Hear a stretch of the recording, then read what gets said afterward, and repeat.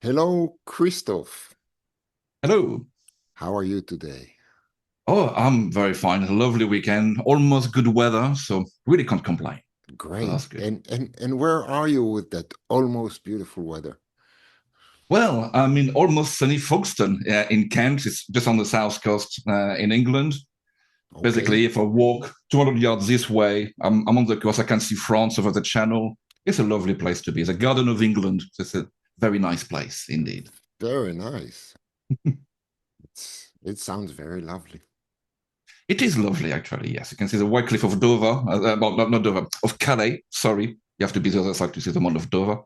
But yeah, it's a nice place. It's friendly, and yeah, I love it. Been here for about 10 years now, so Where yeah, I'm liking it. where are you originally from? Well, originally I'm from the other side of the channel because I'm from France. Uh, I'm from the north of France, about half an hour from Calais, middle of nowhere, where you got more cows than people where I'm from. And yeah, I moved to the UK about what 27 years ago. Gosh, time flies. I was 3 years old, of course. And yeah, I've been here ever since and enjoying the English life. cool. And Christophe, I'm curious, while you enjoy the British life, how did you come upon hypnosis? Oh, okay. Well, I think it's like a lot of therapists. I think is I had my own issues to deal with first, and that's what got me to therapy in a way. So about 12 years ago ish, I had a massive, well, what I thought was a nervous breakdown. And now looking back, I understand it was a massive burnout, basically. And so everything went bad for many, many reasons. And once I got myself back together, I thought I can't carry on like that. I had to change things. And I started to look around. Okay, what else can I do? Again, I work in IT mainly. I'm qualified. I've got a master in engineering and computer science. And I thought I need to do something else. I need to fulfill myself in a different way. And hypnotherapy kept popping up every now and then. Now, I've already did a bit of NLP at uni, so I knew about that. And also, I've used hypnosis recording from YouTube to help me sleep when I had my own issues. So Hmm. I thought, hold on, it's just words. And I know a lot of words. I'm sure it can't be that hard.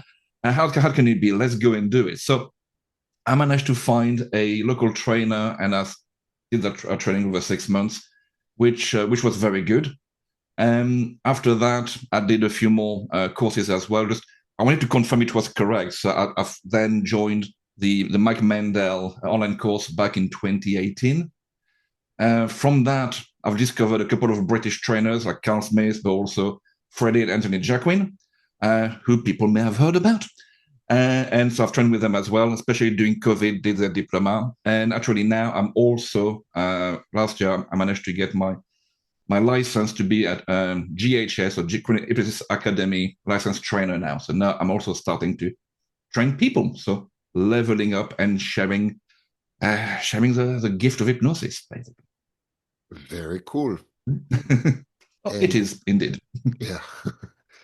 And is there something that you like m- most, or not even just something that you really like about hypnosis? Yeah, I think there's one thing I really enjoy is seeing people change in front of your eyes. Now, there's one specific aspect, a specific type of clients I like to work with for personal reasons is people survive domestic violence. Subject close to my heart, and see those poor women and sometimes men as well, obviously, but mainly women. When they arrive, they're all shriveled up and kind of scared and on high alert all the time. And then when they leave the office, they're laughing their head off at the mention of the other person, to be polite, and seeing them just taking more space, saying to that's a job satisfaction. You can't get anywhere else, basically. So seeing them just switch everything around and regain that power, that's fantastic. I love that. I can't get bored of that, basically. It's Phobia, still beautiful. smoking, yeah, all that is great. But when you see someone with trauma coming out of it that fast, it's fantastic. I love it. So interestingly enough, even though this is one of your favorite things, the presentation that you're actually going to give is about something I think which is a bit different. You called it understanding the real issues in ADHD beyond the usual assumptions. Right? Yes. So basically, I've fell into that one in a way. Now, I'm late diagnosed ADHD. I got my official diagnosis about 2 years ago now. I suspected I was a few years before that. I was already a hypnotherapist, and that came across because my stepson got diagnosed with autism. My wife got diagnosed with autism and ADHD. And when I look at all the forms, I was like, oh, hold on a second. Hold on a second. Hold on. It's me. Oh, that makes sense now. So basically, I'm starting to look way more into that. And so educating myself about ADHD because I had no idea what ADHD was. Like everybody else, I thought it was little boys who can't stand still and a bit naughty, which well, still applies to me. But I didn't really understand that. And looking at it, it makes a lot of things much clearer and help me as well move forward better. For example, if I'd known that 15 years ago, that burnout that led me here would not have happened. Would have been a good thing or a bad thing? That's something else. Exactly, because So, maybe then we wouldn't have you here with us. exactly. And the thing as well, I've realized talking to a lot of different practitioners and even trainers, a lot of people don't really know what it is. Some people dismiss it. People say it's not real. Some people say, oh my God, it's scary. We don't want to deal with that. And I'm like, no. So there's a lot of misinformation, a lot of cliche going around. And also as well, we always talk about ADHD when there's a problem with it. So that's why it's called a disorder, which I hate. It's not a disorder.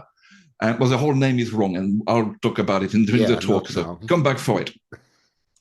But basically, it's I want to help educate people because even some really respect people had weird views on it. Not bad, but misconceptions. We need to do something about it, and well, I'm gonna do it. And from there, I can start to talk about okay, what's really ADHD? Now, not a full-on lecture because I will take hours, but the main points: why it is, why it is not. What the good things about it, but more importantly, of course, what can we help with? It's not about curing ADHD because you don't cure it. It's a neurotype. It's a different brain. Otherwise, it's like trying to fix a Tesla by trying to make it accept Run on diesel. fuel. It doesn't work like that. So instead, you try to help people with the challenges they've got, and knowing again where you can make a difference, so they can exploit their own brain in a magnificent way or a boring way, up to people really. And yeah, just where can you help them be themselves instead of like many people do, try to force them to change and fit in, which actually is what's causing the issue, which I will mention, like RSD and a lot of letters like that I will talk about during the session and explain.